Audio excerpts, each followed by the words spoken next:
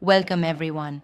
Today, we're diving into a topic that's both heart wrenching and critical: the unfolding famine in Gaza.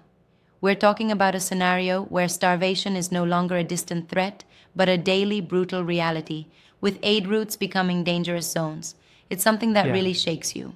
absolutely. The headlines themselves, famine, starvation, and even accounts of Palestinians being shot while trying to get to aid, paint a picture of utter crisis. Right. A UN backed food security agency has warned that we're in the midst of a worst case famine scenario. It's like, imagine trying to reach a lifeline and instead encountering violent barriers at every turn.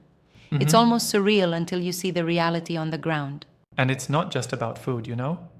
That image of people being shot, seeing aid, something meant to save lives, become a target.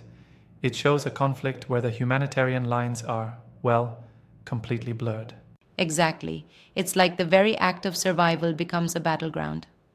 When you're trying to access basic necessities in a zone that's already politically charged, there's an overwhelming sense of despair mingled with anger. Yeah, No one should ever have to face that.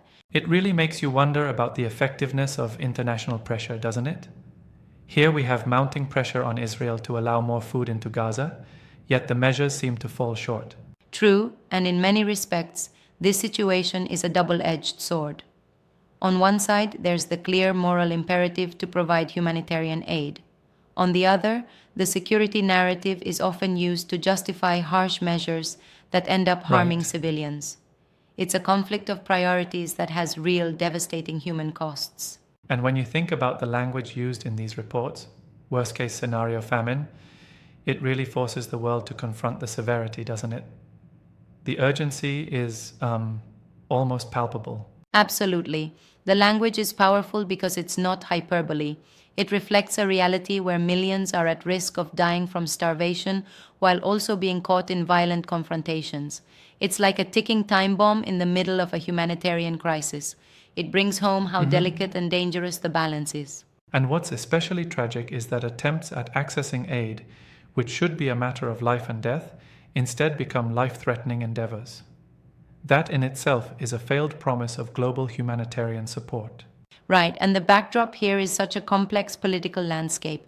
The ongoing debate around security measures versus human rights is as old as the conflict itself. But this moment feels like it's reached a whole new level of urgency. It's like Yeah. every decision carries exponentially higher stakes. Speaking of decisions, I'm curious. Do you think that the international community is doing enough to intervene? I mean, apart from the pressure and the warnings, is there any tangible action that can cut through this cycle of violence and neglect? It's a tough call. On one hand, diplomatic channels are open and there are calls from many nations, but on the other hand, the actual flow of aid is impeded by a mix of bureaucratic hurdles and active conflict. It's like trying to pour water into a sieve. It just doesn't hold. You know what I hmm mean? Yeah, definitely. And even when actions are taken, they seem to be too little, too late. The pace of change on the ground can't match the rapid deterioration of the situation there.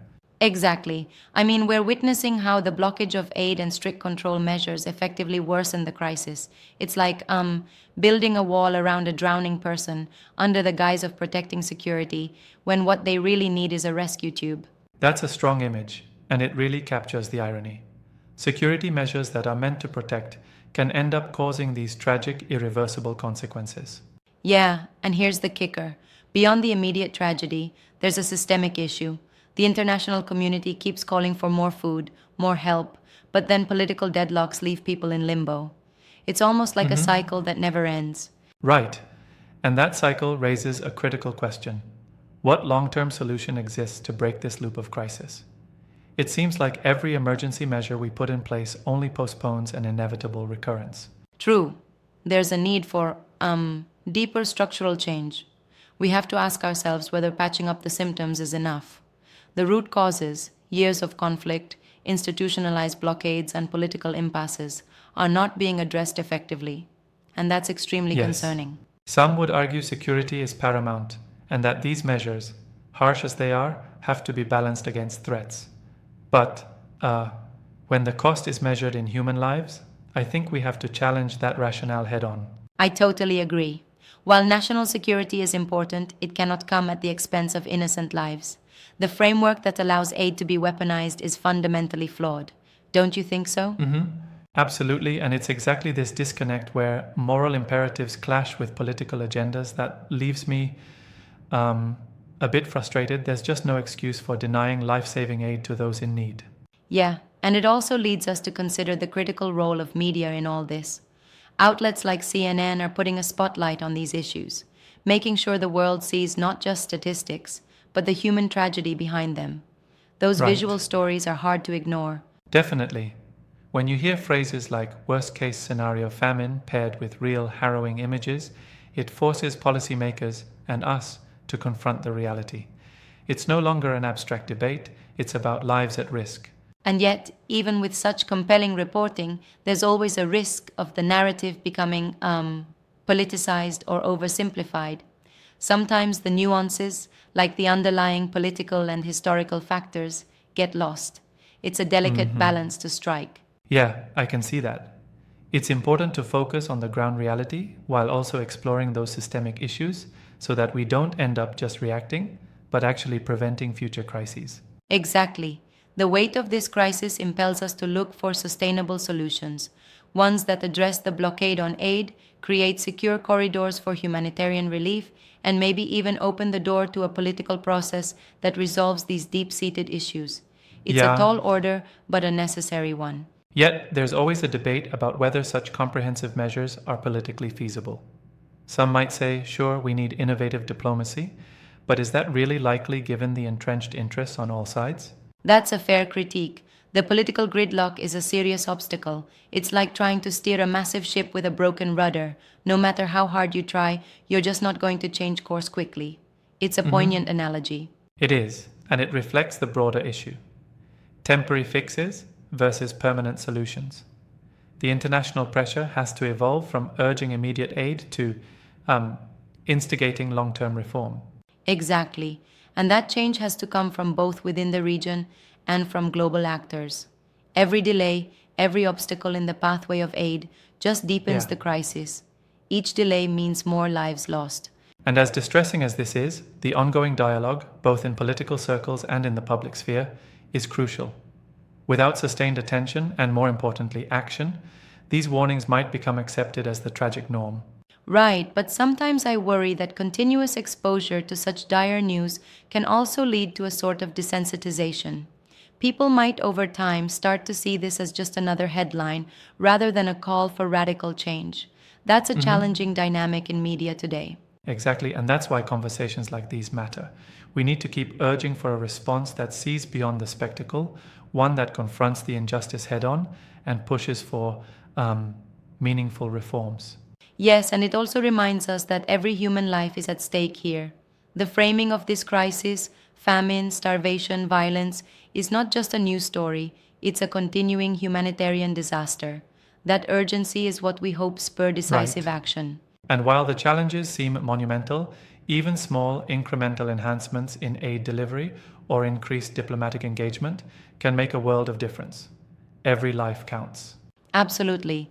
It's about learning from the past where patchwork efforts eventually gave way to more robust, comprehensive measures. We must push for that level of commitment now before despair becomes the default state.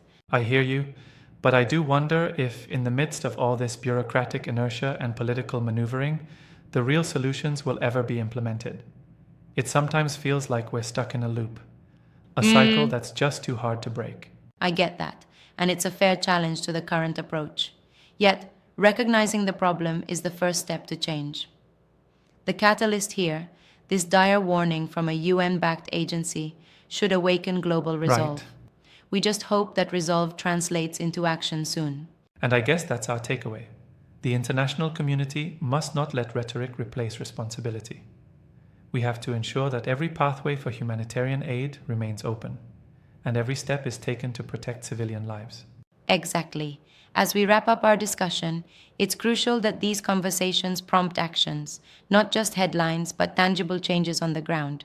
We owe it to those whose lives hang in the balance. Every voice matters.